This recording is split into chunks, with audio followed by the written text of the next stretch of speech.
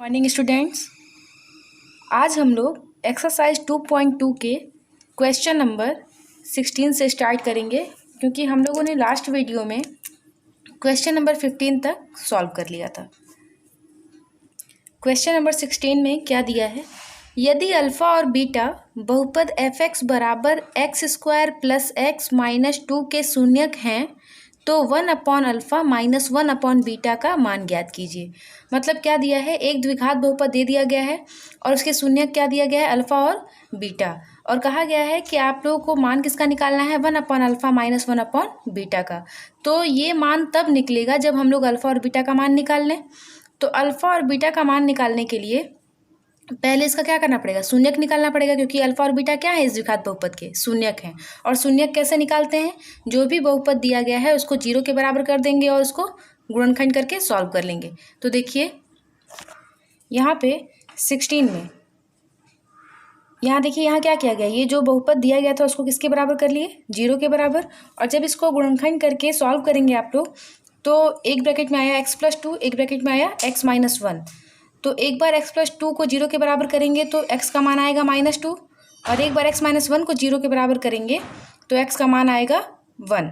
अब देखिए दो शून्यक मिला, एक मिला x बराबर -2 और एक मिला x बराबर, देखिए यहाँ x बराबर -2 और एक x बराबर 1, दो शून्यक मिल गया।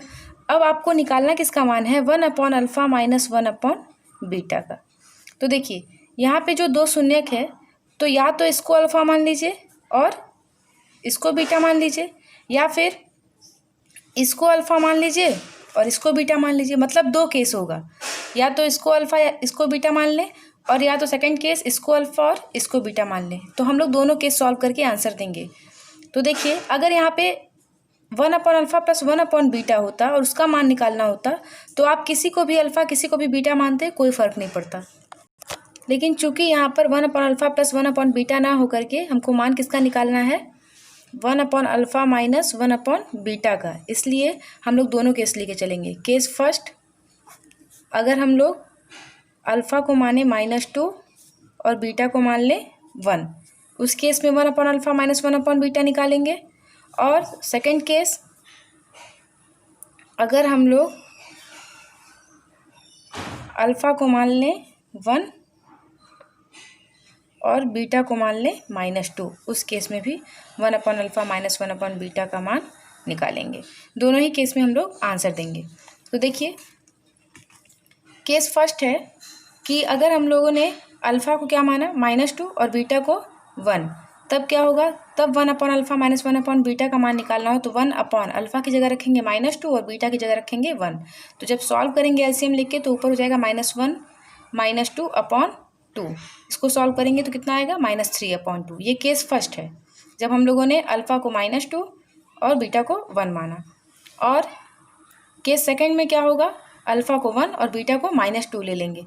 तो देखिए जब अल्फ़ा को 1 और बीटा को -2 लेके सॉल्व करेंगे तो 1/1 माइनस 1/बीटा की जगह -2, तो माइनस माइनस प्लस, तो 1 + 1/2 कितना आएगा, 3/2।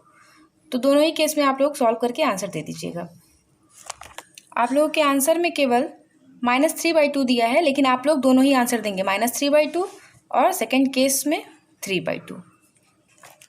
अब नेक्स्ट क्वेश्चन है, यदि द्विघात बहुपद f(x) बराबर 4x² माइनस 8kx माइनस 9 का एक शून्यक दूसरे का ऋणात्मक है तो k का मान ज्ञात कीजिए। देखिए जो द्विघात बहुपद है उसमें क्या दिया गया है कि जो एक शून्यक है वो दूसरे का क्या है, ऋणात्मक है। मतलब अगर हम शून्यक लेते हैं अल्फ़ा और बीटा, दो शून्यक लेते हैं द्विघात बहुपद के, तो एक अल्फ़ा है तो जो दूसरा वाला है वो क्या है, पहले वाले शून्यक का ऋणात्मक है। मतलब बीटा का मान -अल्फ़ा के बराबर है।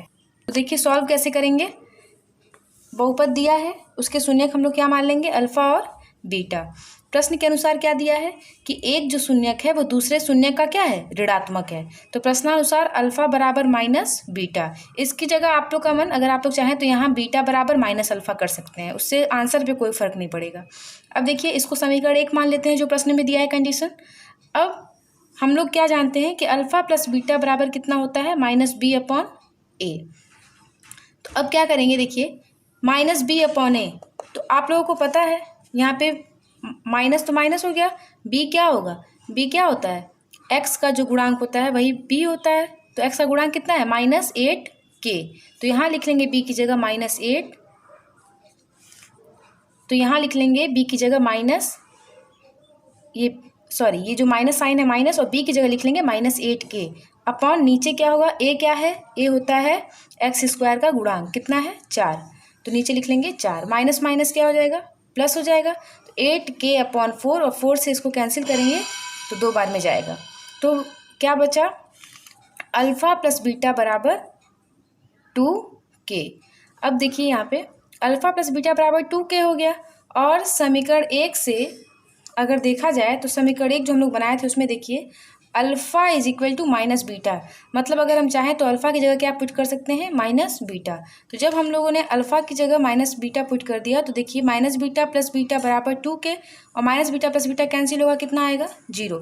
0 बराबर 2k, या अगर k का मान निकालना है तो 2 का इसमें गुणा हो रहा है और इधर ले जाइएगा तो भाग में हो जाएगा ये। तो k बराबर 0/2, यानी मान कितना आएगा 0, और k का ही मान निकालना था हम लोगों को। ध्यान दीजिए, जब आप लोग इसको कॉपी में सॉल्व करेंगे 17 क्वेश्चन को, तो समीकरण 1 बनाने के बाद आप लोग ये लाइन लिख लेंगे, बहुपद f(x) की तुलना ax² + bx + c से करने पर, और a b c का मान लिख लीजिएगा। इसके बाद तब आप लोग लिखेंगे नेक्स्ट लाइन से, हम जानते हैं, ठीक है। क्वेश्चन नंबर 18 देखिए, यदि अल्फ़ा बीटा द्विघात बहुपद f(x) बराबर 6x² + x - 2 के शून्यक हैं तो alpha upon beta plus beta upon alpha का मान ज्ञात कीजिए। देखिए बहुपद जो दिया है 6x² + x - 2, और मान आपको निकालना है alpha upon beta plus beta upon alpha का। अगर इसको सॉल्व किया जाए तो नीचे हो जाएगा एलसीएम अल्फ़ा बीटा, और ऊपर क्या हो जाएगा, जब एलसीएम लेके सॉल्व करेंगे तो यहाँ बीटा है तो बीटा हटा देंगे, अल्फ़ा का अल्फ़ा में मल्टीप्लाई होगा अल्फ़ा², और प्लस इधर क्या हो जाएगा बीटा²। मतलब अगर आप लोग को सॉल्व करना है तो आप लोग को इसका मान निकालने के लिए अल्फ़ा² प्लस बीटा² का मान निकालना होगा, और अल्फ़ा इंटू बीटा का मान निकालना होगा।